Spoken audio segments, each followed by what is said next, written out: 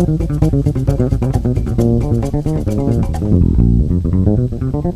everybody, so I thought I might just talk about today something that a lot of my students kind of struggle with when they first come to me. And this is like really getting to grips with learning the instrument from the lowest to the highest part of the bass and back, you know. Too often I think bass players rely on the visual aspect of the instrument, just playing by like a box shape or pattern in one position. And they're not connecting different parts of the neck. And I really think that limits you if you want to get into improvising, playing melodically, soloing over the instrument, playing a bass line that covers a wider range of the instrument than 3 or 4 frets, you know. So it's kind of a really important concept to master, even if you don't want to be a jazz bass player, but just to be free on the instrument, to be able to be in command of it. Something to think about is if you compare bass players and their command of the instrument to your average keyboard player, piano player, or a saxophone player, for example. You know, horn players, even though they're not moving in that linear fashion up and down the instrument, their hands are relatively fixed in position here on the keys or the pads. They're able to play incredibly freely, at least all the ones I know and have worked with. So this is really important that we can develop that fluidity, okay? So, something I was actually chatting with a student of mine in France today, and we were talking about this, was how to even take a major scale and play it up and down the neck in all these different permutations. And the beauty of the bass is, you know, because we have symmetrical patterns that translate to different keys. Unlike a horn, you're not playing different fingerings necessarily. If you move a major scale up a minor third to a new key or a half step or wherever, it's the same fingering. So in other words, if you play C major, you could play C major here, right? Move it up a minor third to the key of E flat major. Now you've added 3 flats, B flat, E flat, and A flat, but it's still the same fingering. So the bass and the guitar, stringed instruments, can be very easy in many ways. It's a very simple system sometimes. Now, having said that, I always recommend learning different fingerings, and there's a bunch of my videos. You could look at some of my other stuff on the channel and see me talking about how to play triads, different way, visualizing different ways to play modes and so on.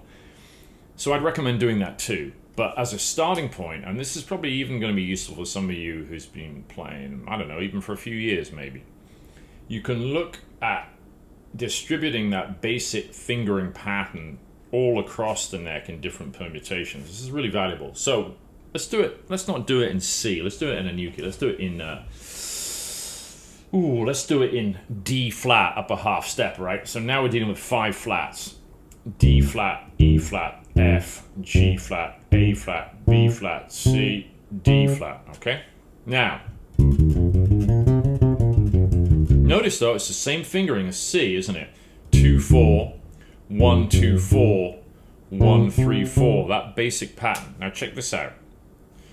2, 4, 1, 2, 4, 1, 3, 4. So I'm using the same fingering, even though I'm distributing the notes now all along one string, the G string in this case, right? I'm going to start this in C for you. For those of you that might be a little hard to think in D flat just to start with, and then we'll do it in D flat, all right? So same fingering idea, C major, C, D, E, F, G, A, B, C. Notice I'm saying the notes, right? Also do it descending. C, B, A, G, F, E, D, C. Now, just because I want to keep the video to 5 minutes or so if I can, do this slower if you need to. That is totally fine. What you're wanting to do is say the notes as fast as you can think of them. So don't feel the need to rip through this to begin with. Now, if you know these fairly well already, then by all means. But if you don't want to be playing the note just relying on a fingering shape. You also want to know what note you're on. Okay, so if I take that C major and we'll play it just on one string, check it out. Starting on C here on the 5th fret of the G string. C, D. Now you can go 2, 4 or 1, 3 or 1, 4 if you're way down the bottom of the neck on this exercise. It doesn't matter on the first 2 notes because you're going to be shifting immediately if you're doing this single string scale, right? So 2, 4, you could do 1, 4 or 1, 3. I prefer to do 2, 4 just to keep it kind of really close to the original, all right? Well, it's going to be identical. So 2, 4, C to D, E, F, G, 1, 2, 4, exactly the same as here, all right? Obviously an octave higher. And then 1, 3, 4, which is the same as 1, 3, 4, all right? So we have this, check it out. Same thing here. 2, 4, or 1, 4, or 1, 3. 1, 2, 4, 1, 3, 4. Now do it in reverse. C, B, A, G, F, E, and then D, C. Now, if you get that together, now transitioning this from a 1 octave scale into the full 2 octaves is going to be very easy, and I'm going to show you how. And you can apply this to any key in this principle and any scale as well, but it's very easy with this. So look, if I go C, D, E, F, G, A, B, C. Now if I want to go to the second octave, I'm going to have to use a different fingering because I'm on 4 here and I started on 2. So ideally our goal is to get back to the finger we started with in this case, which is 2, right? So look, how am I going to go from there and get to here? Well, it's pretty easy. Check it out. This is really useful. Slide onto the 6th, which is an A.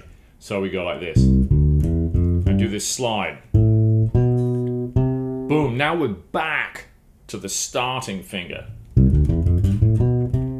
2, 4, 1, 2, 4. Slide into A, the 6th. Major 7 here. And now we're back 2, 4. Now we're not going to do a slide now because we're going to go all on one string. And now this is like the 1 octave fingering pattern or grid, right? 2, 4, 1, 2, 4, 1, 3, 4. And that's why I said when you do this just on one string for practice, you can go with your first to third. But if you do 2, 4, you're more ready for this 2 octave fingering. So maybe be kind of strict with that just to start with until you really nail this, right? So we get... I'll do that slowly. Slide. We're back to 2, 4, C, D, E, F, G, A, B, C, right? Now, to come back down, we're going to do something slightly different. Check it out. It's all the same. And we go here. But now if we do this, now we've got slide 2 to 2. It's all right, but I prefer using the first finger to slide down and 4th to slide up, usually. So watch. Here.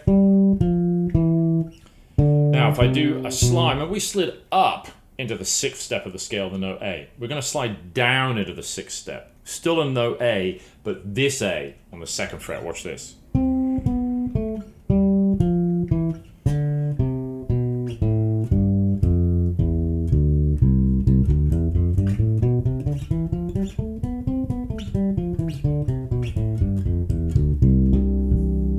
So, we slid up into the 6th step of the major scale. We slid down into the 6th step of the major scale. In each case, it's going to be the same note at a different location if I want to keep this fingering grid as intact as I can. Now, I can do it here. This is the same C as here. Slide into the 6th. Boom. And back to the 2nd finger on the root. My 2nd octave, I just keep that 1 octave fingering intact with no other additional slide. 2, 4, 1, 2, 4, 1, 3, 4. Or, well, on my bass I'm going to run out of frets, but I can do this. 2, 4, 1, 2, 4, 1, 3, 4. It's still the same fingering, right? C, D, E, F, G, A, B, C. C, D, E, F, G, A, B, C, right? So you're starting to learn across 2 octaves now, right? With a really easy and consistent slide to get you back to the same starting finger on the octave of the scale we're working on. So I can do, or, right, what did I do? I played the same fingering concept, but I played more notes on the D string on the 2nd octave. So check it out. Now, instead of playing just 2 more notes and then going up onto the G, I went, stay on the D string, E, F, G, A, B, C, right? That's the same fingering as, all right? So, that's that. Now, let's try this in a different key. Remember I mentioned D flat major. I was doing D flat. Don't be afraid of the flat keys. It's really important. A lot of jazz tunes are written in flat keys. You know, F, B flat, E flat, A flat being probably the most common. D flat, E flat, F, G flat, A flat, slide into B flat, C, D flat. See, I'm back to my 2nd. D flat, E flat, F, G flat, A flat, B flat, C, D flat. Do it here.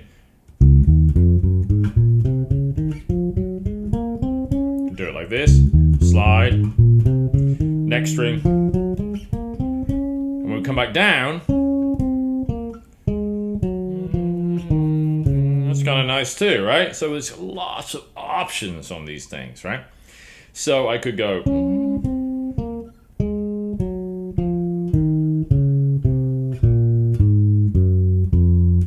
notice, even if I play a variation here, I'm using my first finger, I slid into the 9th there, or 2nd, to slide down. So 4th to go up, 1st to slide down. Generally, you're going to find that easier and smoother, and you won't hear the slide so much, which is kind of important too. You don't want to really emphasize, you don't want to let the listener hear when you're shifting unless you want that deliberate sound of that kind of slide. Otherwise, you want to make it sound as fluent as possible, all right?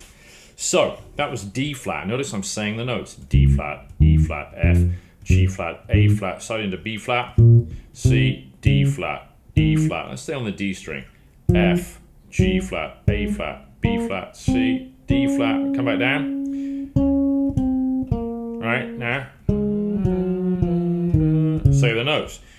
D flat, C, B flat, A flat, G flat, F, E flat, D flat, C, slide into B flat, the 6th, A flat, G flat, F, E flat, D flat. All right, so that's giving you the concept with just using a major scale and using some consistent fingering. And I would recommend doing this, you know, when you're playing lines and ideas, like make yourself play over a wider range of the instrument. You know, you can be playing a blues.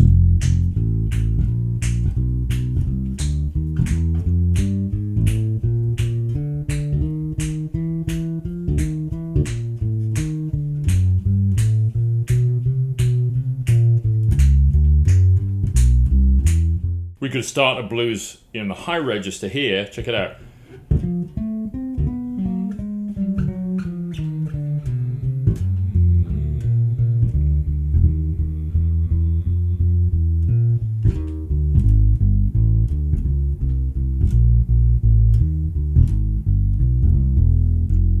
So notice I start all the way up here, right? I could start here.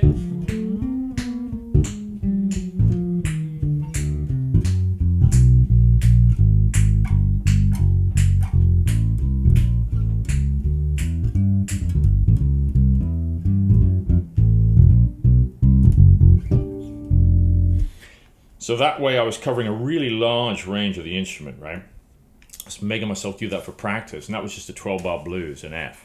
I think this is really important, you know. And if more people had this down before they took lessons, they would spend more time. You can just dive right into like soloing concepts or creating interesting bass lines. But this stuff is like a foundation. Think about it, you know.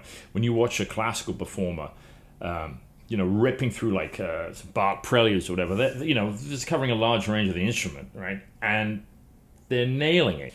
So I would say, you know, give this a go if it's new to you. Try it as slow as you like. And if you can kind of do this, make sure you can do it for everything, you know. So that's just a little something I thought you guys might enjoy.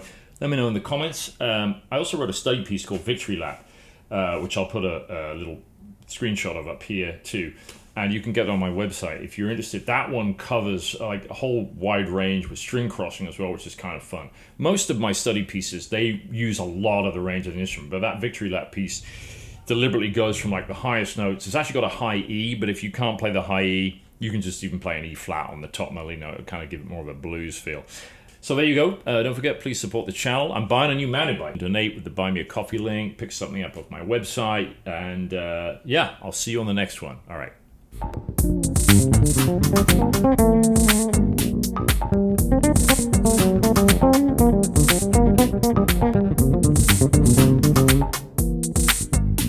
Thank you.